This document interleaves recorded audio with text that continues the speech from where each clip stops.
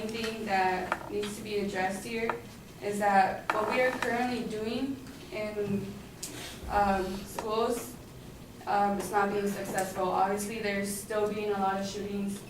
I don't know about you guys, but I mean, in this past year, just listening to the radio, I think it's been like 4 times that I've heard Obama talk about a shooting.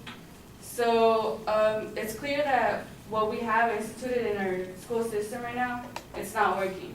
And in states where concealed carry laws are already permitted, I think it's important for them to take that next step and see the benefits that teachers carrying concealed weapons could have for the students.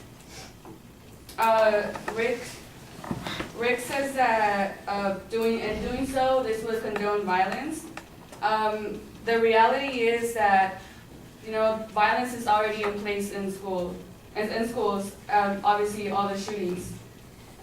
Right now, what we can do is give teachers a fighting chance. We already have, some schools have guards in position, but these guards were already in place in most of the schools where the shootings happened, and obviously they were not able to prevent lives from being taken. So I think that tells us that there needs to be another step taken into preventing more deaths. Although a teacher's mental health cannot be 100% validated, we see that in the Executive Office of Education, they agree that teachers in fact do need background checks, and they are implementing that. So teachers that go into people going into the profession of being teachers, they are people that are trustworthy and people that can, normal people that have common sense. Evaluation should be done on every single teacher that has a weapon. We are not saying that the weapons will be handed to them, as stated earlier. We have teachers like Casey Han that teaches in Salt Lake City that says, I think every teacher should carry a gun. We are the first line of defense. We are the first line of defense that can come in handy before police gets to school.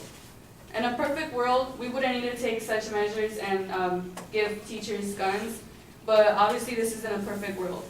And until that happens, critical thinking suggests that we all need to exercise our Second Amendment rights and arm our teachers and school officials to ensure the safety of our children. We're not saying that the guns will be taken away from the school, from the securities, that there will not be any securities. There will still be securities in place, but there's also going to be that even more security with the teachers that also have their concealed weapons.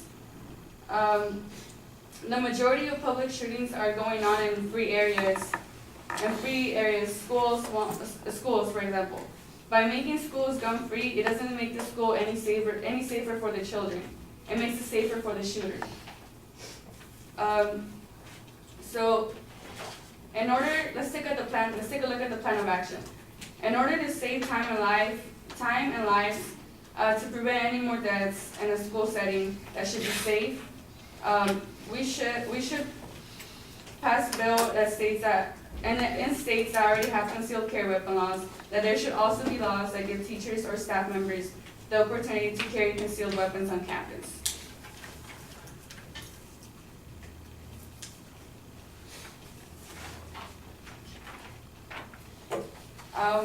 I did want to make a quick comparison to the 9/11. The air traffic industries didn't require as strict security checks before this event. However, after the death of Americans, there are now much more security measures that help ensure the safety of flying. How many more students need to die before we decide to increase security measure on school campuses?